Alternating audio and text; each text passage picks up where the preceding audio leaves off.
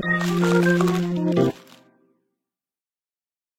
guys, balik lagi sama kita di Kupas Berita. Nah, Bang Ade, Egra, jadi kali ini kita akan membahas soal ada pihak lagi yang ingin menyerang Mas Gibran dan menuntut agar Mas Gibran ini mundur dari jabatannya sebagai wakil presiden.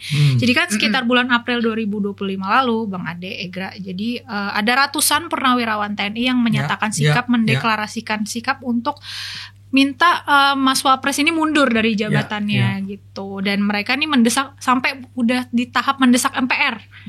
Biar ini si Gibran mundur aja gitu dari Wapres, dicopot aja gitu. Nah, sekarang enggak cuma purnawirawan TNI, ratusan purnawirawan TNI, ada lagi pihak yang ingin Mas Wapres nih mundur, yaitu Pak Refly Harun yang merupakan, kenapa ketawa Bang? Siapa ya itu? Nah, dia ini akademisi ya? Iya, dosen. Dosen dulu juga. tuh pernah jadi komisaris di zamannya. Komisaris? Oh iya. Salah satu BUMN saya lupa di zaman Pak Jokowi. Tapi ya mundur atau isunya dipecat Bang sama dipecat dari jabatan. Cemiu ya guys. Cemiu ya.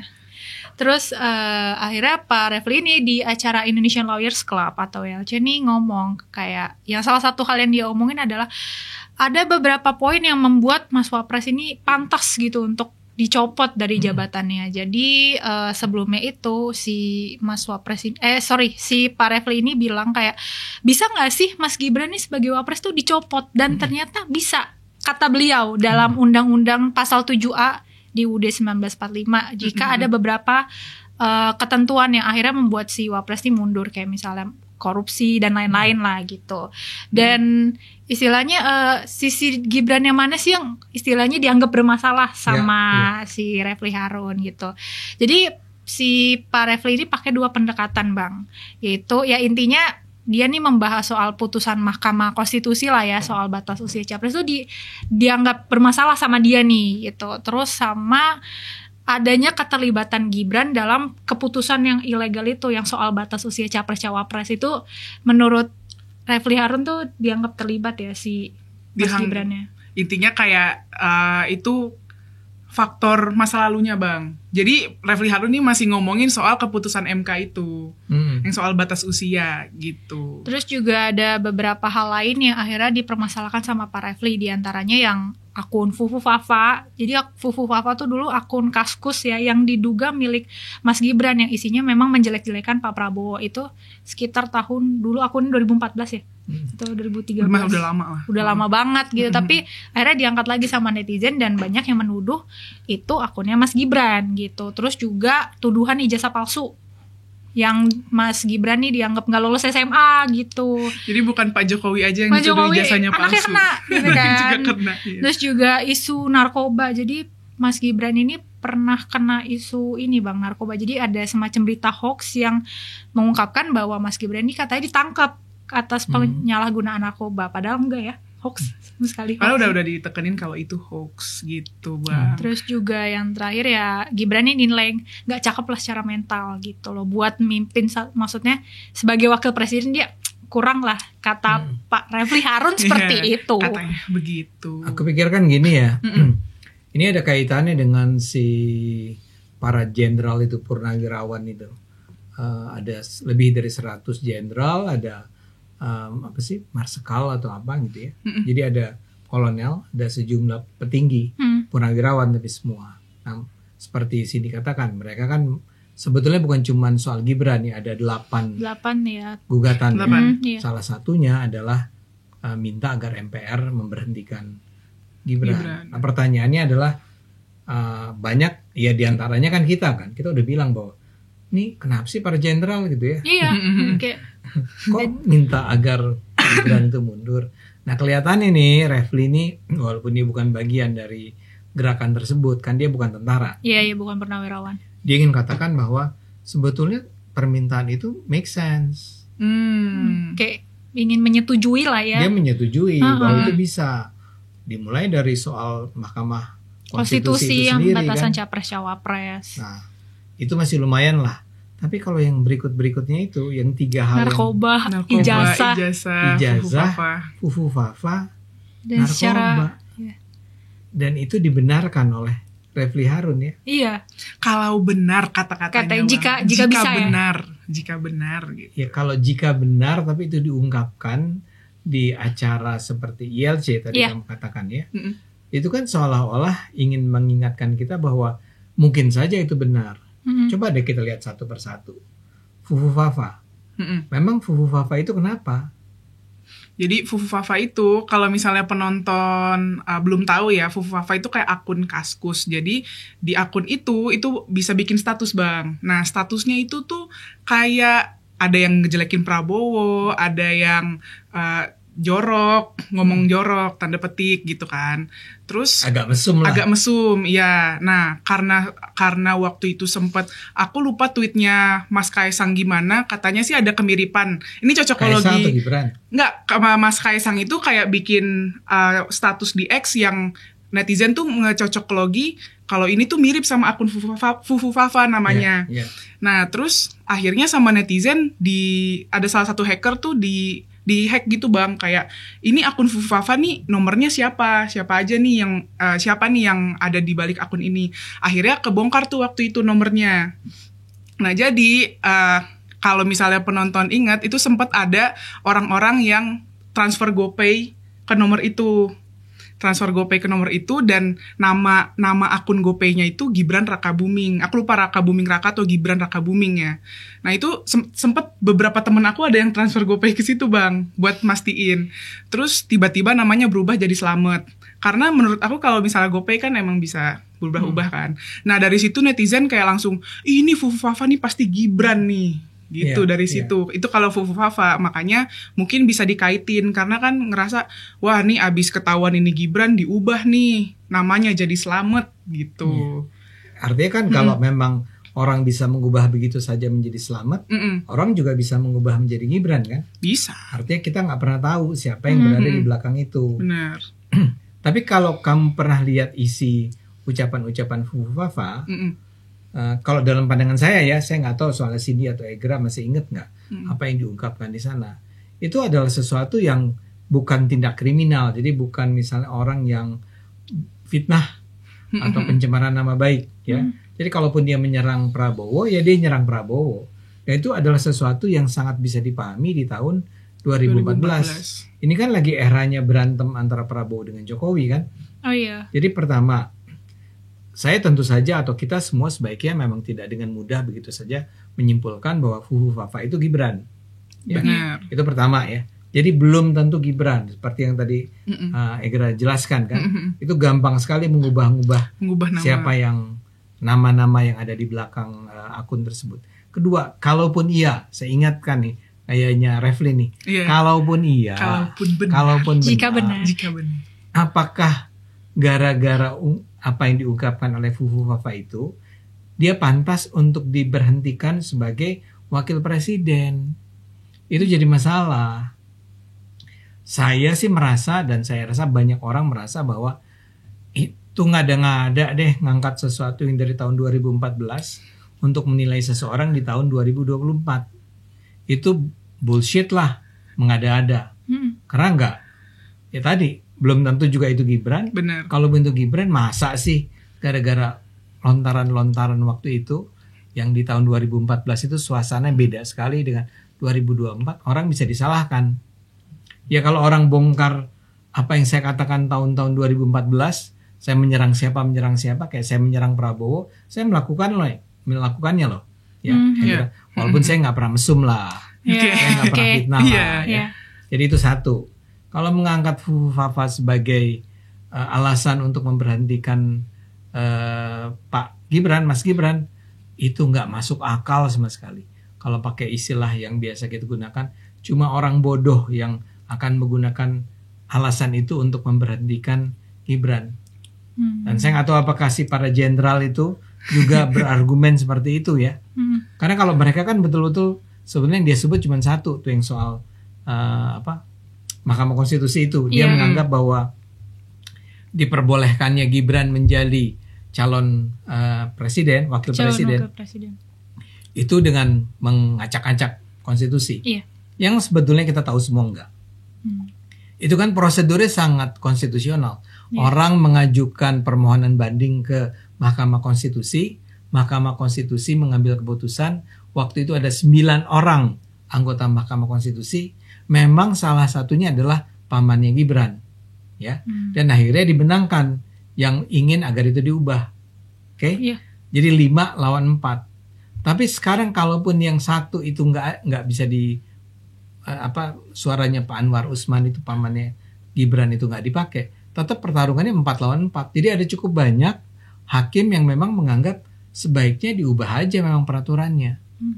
Jadi gara-gara itu nggak bisa dong dikatakan bahwa seharusnya Gibran nggak bisa maju sebagai calon wakil presiden. Dan kalaupun iya, udah diputuskan oleh Mahkamah Konstitusi bahwa diizinkan bagi seseorang yang walaupun belum berusia 40 tahun tapi pernah menjabat sebagai pimpinan daerah untuk maju sebagai calon wakil presiden. Jadi sama sekali mengada-ada tuh. Jadi fufu-fafa ataupun Mahkamah Konstitusi doesn't make sense. Even kan Purnawirawan ini Bang kan ngedesak MPR tuh Bang buat mencopot Mas Gibran. Tapi ketua MPR-nya juga itu kayak udah bilang kalau misalnya Prabowo Gibran ini tuh menang dan sah secara konstitusional gitu. Jadi udah ditanggapin gitu loh Bang.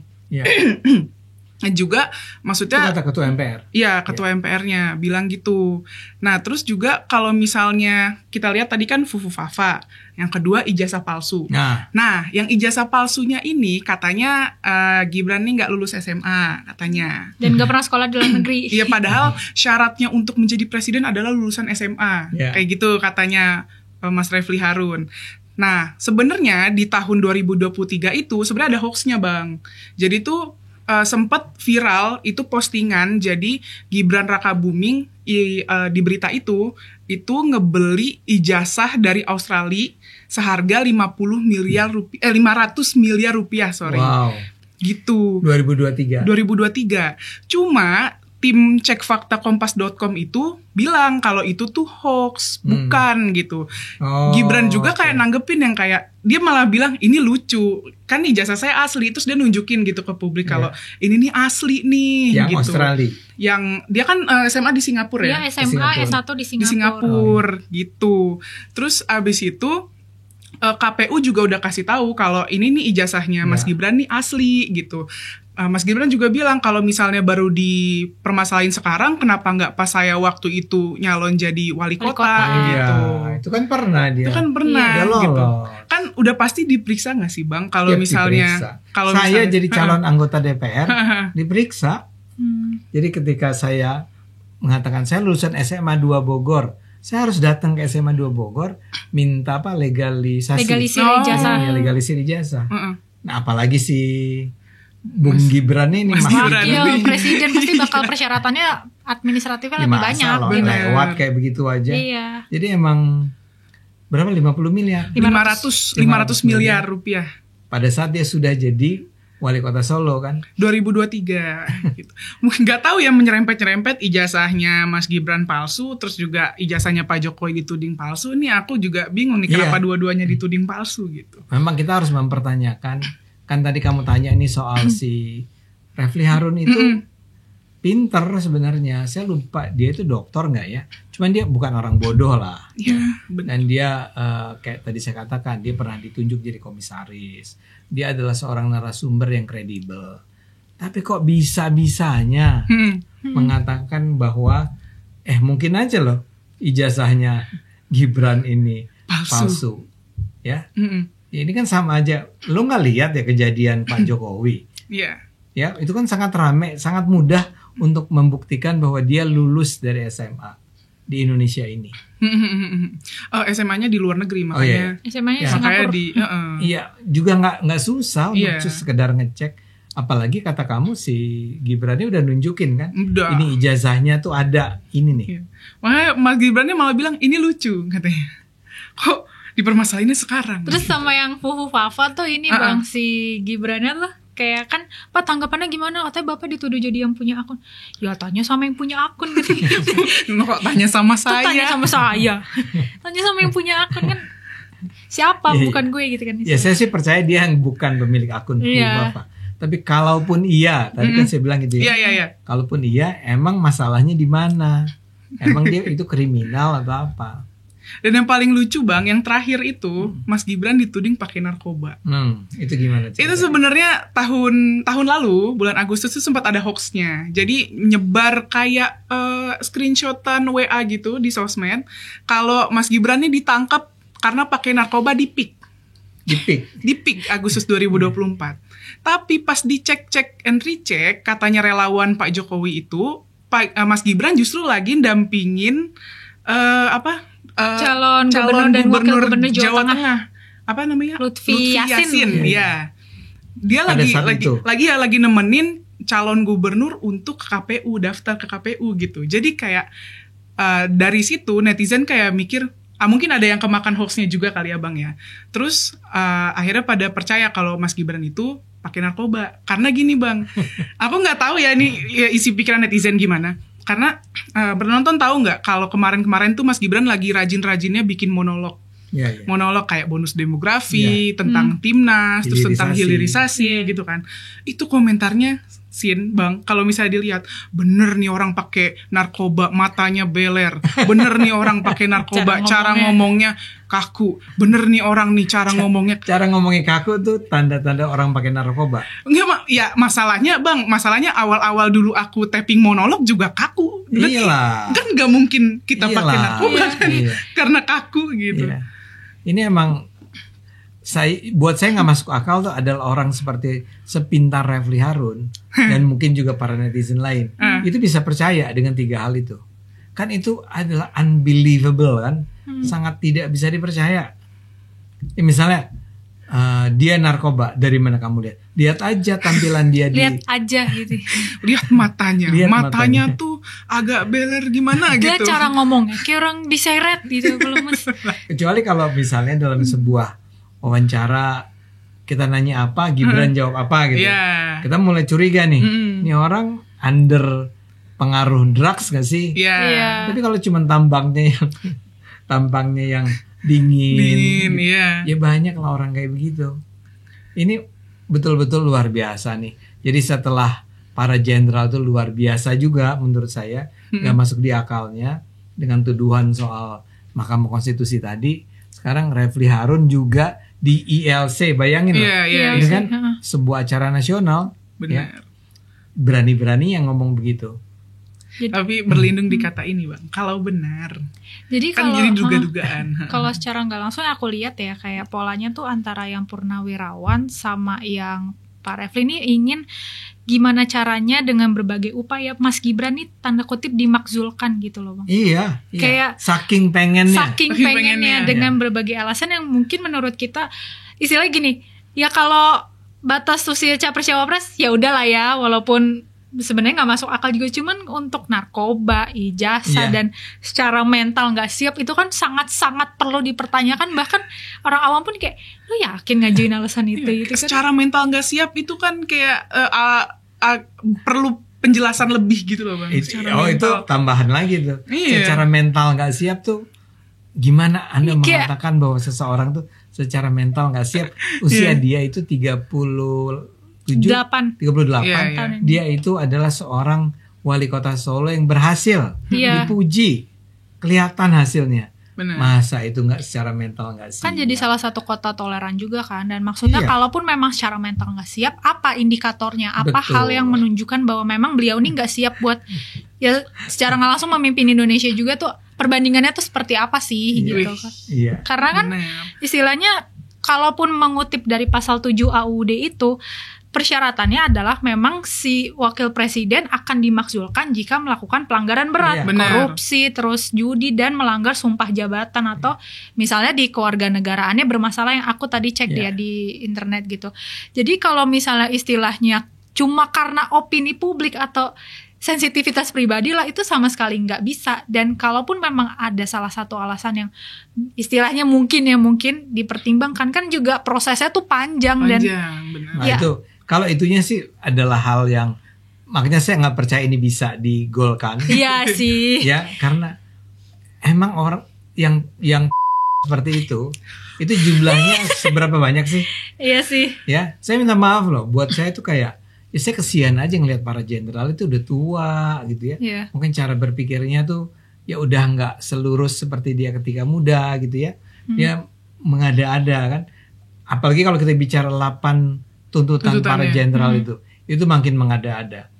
Tapi yang Gibran ini, come on Pak, ya. Tapi jumlahnya itu berapa sih di Indonesia Iya, ini? nggak sebanding sih. Saya rasa minimal, sangat minimal. Mungkin 1% nggak ada. Mungkin 0,5. 1% dari 270 juta penduduk kan 2,7 juta kan? Iya, iya. Ya benar. mungkin ada sih segitu gitu ya. Cuma kalau sampai ini DPR diminta untuk Memakzulkan. memakzulkan Gibran, come on. Nah, setelah itu tapi saya pikir udah selesai nih. Iya. Ini muncul pula. Tadinya pas saya baca tuh judulnya, wah, kata Refli Harun, Gibran itu layak mundur karena narkoba. Kan kali-kali aja saya ada yang nggak tahu kan. Kali Refli Harun punya informasi yang luar biasa. Yang legit Boleh, gitu. boleh. Pas saya Iya, iya. dengerin, astagfirullah. Kenapa bang? Kenapa? Nggak sampai shock Deg-degan gitu, nih kenapa, jadinya Bang? nih. Ya kan justru jadi saya harus berastagfirullah karena lu nggak punya data, lu taruh itu di judul gitu ya, ngerti nggak? Sehingga kalau orang nggak nonton, orang akan mendengar dan bilang, Gibran tuh narkoba ya. Padahal seperti yang tadi kamu tunjukkan, yang jadi indikator dari si informasi itu, jadi apa? Bukan indikator, sumber beritanya, referensinya, itu adalah sesuatu yang sangat mengada-ada, yang nggak masuk akal, Benar. yang Dan sebenarnya secara awam pun, apalagi mungkin kayak Bang Ade kan pasti melewati berbagai pemeriksaan ya buat jadi calon anggota DPR. Apalagi cawapres, sekelas cawapres tuh pasti ada tes mental, tes fisik, tes dari segi berkas administrasi gitu. Jadi nggak mungkin lah. sekelas sudah cawapres nggak tes, ya maaf ya, tes urin buat membuktikan pakai narkoba nggak, minum nggak gitu kan. Ada beberapa mungkin penyakit atau apa, pasti dites gitu loh. Jadi ya nggak masuk akal. nggak masuk akal. Ngomong-ngomong kita cuma akan ngomongin Refli. Iya. Iya, Oke. memang kita akan spesifik ngomongin Mas Karena kan Refli yang kemarin Harun. kita membahas ratusan purnawirawan itu kan Pak. Nah, sekarang nih ada pihak lain, kita jadi fokusnya ke Pak Refli aja nih. Cuman saya mau kasih komentar. Mm-mm. Sebetulnya yang dari UGM ada juga tuh siapa namanya? Siapa ya namanya? Dia dari Fakultas Hukum UGM itu yang memberikan komentar tentang ya memang masih mungkin sih bahwa Gibran itu diturunkan. Oke. Namanya kalau saya manggilnya Uceng. Oke. Iya, Pak Uceng. Oke, Iya, Pak Uceng. Pak Uceng.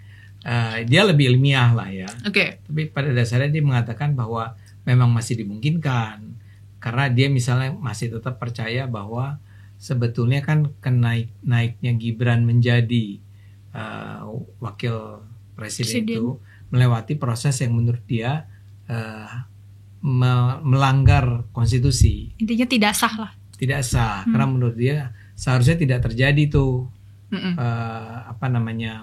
Pak Anwar Usman yang pamannya Gibran itu menjadi ketua MK waktu itu, harusnya dia mundur dulu. Tapi saya akan mengingatkan, ya mungkin itu salah ya, ada pelanggaran etiknya. Bahwa dari 9 orang itu salah satunya adalah pamannya Gibran ya. Tapi itu kan nggak bisa dengan serta-merta, karena itu kemudian dianggap bahwa keputusan tersebut batal. Ngerti nggak? Ya. Ya. Karena biar bagaimanapun ada 4 lawan 4.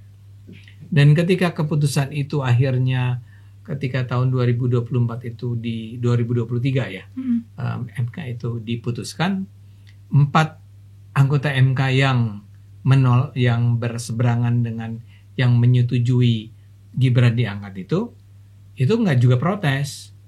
Oh, okay. Ngerti nggak? Jadi iya. Mereka menyebutnya bahwa kita berbeda pendapat, tapi kalau diputuskan bahwa itu akhirnya Gibran diizinkan maju, ya kita terima. Dan menurut saya itu adalah sebuah sikap yang sangat bukan dewasa, tapi seorang hakim yang mestinya gitu percaya bahwa saya bisa nggak setuju sama Anda. Tapi kalau ini sudah diputuskan secara konstitusional, betapapun itu menurut saya nggak pantas, saya harus menerimanya. Nah, orang-orang ini nih, ya orang-orang yang against keputusan bahwa Gibran tetap maju ini, rupanya tetap nggak bisa terima. Jadi dia ngotot, berkeras bahwa Gibran harusnya mundur. Dan ini kembali mengingatkan kita kembali ke masa-masa lalu kan. Misalnya kita ingat ketika Jokowi menjadi presiden, itu barangkali sepanjang 10 tahun itu, kan dia 2 kali masa jabatan kan 10 tahun. Terus berulang kali kan kita mendengar gugatan-gugatan terhadap Jokowi yang sudah berulang kali dikatakan, misalnya, enggak, dia bukan anak komunis. Ya, dia itu enggak ada hubungannya sama komunis. Orang tuanya tuh ini dan ini, saya lupa namanya. Dan mereka adalah bukan komunis. Tapi toh itu diangkat terus. Termasuk juga soal yang ijazah dia itu. Kan sebetulnya memang sudah jelas-jelas enggak, ijazahnya ada, ijazahnya benar. Tapi tetap aja diajukan gugatan-gugatan tersebut. Nah, terhadap Mas Gibran, saya sih berharap ini enggak berkepanjangan nih. Orang kayak Refli, orang kayak Mas Uceng ini ya, itu ya udahlah, jangan terus diributin. Karena mau diributin juga, kalau ini sampai diajukan, kalau menurut saya ya, ini sampai diajukan ke DPR, kan DPR-nya adalah para pendukung sebetulnya Prabowo Gibran. Ini partai-partai yang mayoritas ini kan adalah pendukung Prabowo Gibran. Kenapa mereka beranggapan bahwa ini harus dipersoalkan? Jadi there is no such a thing seperti bahwa ada peluang untuk menjatuhkan Gibran. Jadi isu tentang menggulingkan Gibran menurut saya harusnya sudah kita tinggalkan. Tapi masih ada kaum-kaum yang tidak terima, dan gimana caranya Mas Gibran diganti gitu. Kok jangan dia, kalau belum dia turun tuh nggak puas gitu Bang kayaknya. Iya. Dan alasannya ingat kan ada yang bilang bahwa Pak Sutioso kalau nggak salah, Sutioso itu juga salah seorang mantan jenderal yang bilang bahwa bayangkan kalau Pak Prabowo-nya itu berhalangan tetap tuh adalah either dia meninggal atau dia sakit yang tetap gitu, yang berat sekali. Itu siapa yang akan menggantikan Pak Prabowo? Mas Gibran. Jadi ada kekhawatiran yang mereka bikin sendiri ya, yang mereka buat di kepala mereka sendiri, dan setelah itu menjadi sebuah kekhawatiran, mereka ketakutan sendiri. Overthinking yang berkepanjangan. Overthinking. Ini mudah-mudahan generasi kalian nggak seperti itu. Kalau kita nggak Bang, kata yang di luar sana ya. Kita nggak tahu ya. Yang tidak bisa berpikir dengan. Tapi saya duga. Coba koreksi saya kalau saya salah. Mayoritas dari generasi kalian tuh merasa bahwa ini nonsense gitu. Iya, karena memang generasi kita berpikir dengan akal sehat. Iya. Ya enggak, maksud saya? Iya. Iya. Ya aneh aja.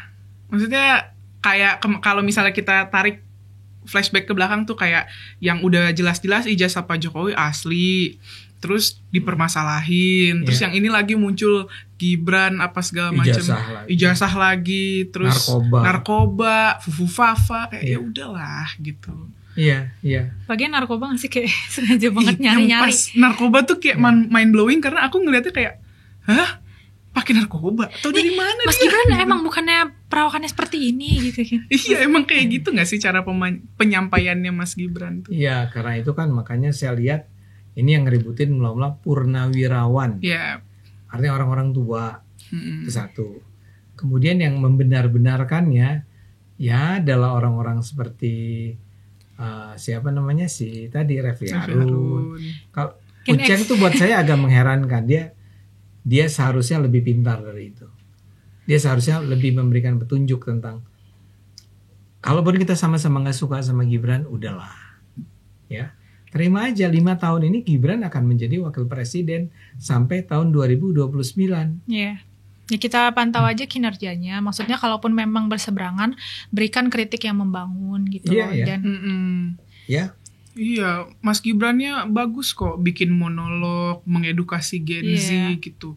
Bukannya malah yang dikomentarin nih pakai narkoba nih. Ini kontennya masuk dulu ke sini, masukin. Kontennya tuh diserap dulu. Jangan Iya. mental. Tapi nggak paham apa yang diomongin. Iya kayak, apa nih bonus demografi? Oh coba di searching dulu gitu. Biar banyak kok. Iya, biar kita banyak ilmu dapat juga insight-nya gitu juga, sebagai gitu. Gen Z. Jangan langsung kucuk-kucuk masuk dasar pencandu narkoba gitu. Jangan.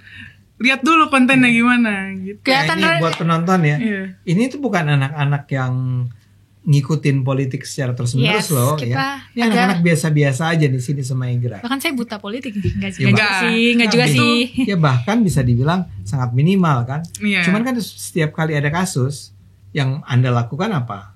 Cek Research. data, research, benar nggak baca. sih gitu. Ya, saya sendiri semula menganggap bahwa bisa nggak sih Cindy sama Egra diajak ngomong politik. Tapi ternyata dari berbagai pertemuan kita, saya menemukan bahwa ya sebenarnya orang kalau diajari terus, bukan diajari, bahkan belajar. Terus, mencari tahu sendiri terus, itu cukup kok. Oh, menurut aku memang netizen itu sebenarnya Bang, terlepas dari kita ya, kita yang awam, sebenarnya netizen itu cepat lupa. Cepat kealihin gitu perhatiannya. Makanya kenapa hoax-hoax kayak gitu diulang-ulang terus biar tertanam, netizen inget gitu, gitu. biar inget. Betul. Oh, ini kayak misalnya tadi Mas Gibran narkoba, terus nanti tuh.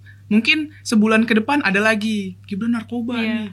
Kan bakalan ada isu-isu lain kan Bang yang masuk dan netizen tuh lupa. Karena nggak ada lagi yang nggak tahu lagi harus kasarnya menggaungkan apa, jadi terus gaungkan Gibran narkoba gitu kan. Jadi masyarakat bener nggak sih, kayak lama-lama kalau orang yang nggak punya ada filter di pikirannya buat menyaring mana yang fakta mana yang hoax, jadi keracun gitu loh. Ada.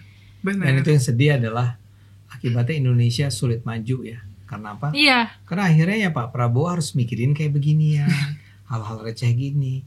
Kan gimana caranya justru kita mereka ini para orang-orang yang duduk di pemerintahan itu mengembangkan program-program yang bermanfaat buat kita semua. Kalau mereka salah kita kritik. Kalau mereka korup kita turunkan.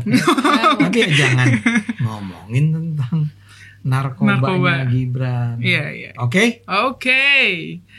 Oke, mungkin itu aja yang bisa kita bahas di Kupas Berita kali ini. Kalau misalnya penonton ada ide konten, boleh komen di bawah. Jangan lupa like, comment, subscribe. Jangan lupa stay tune terus di episode Kupas Berita berikutnya. Bye-bye. Bye-bye.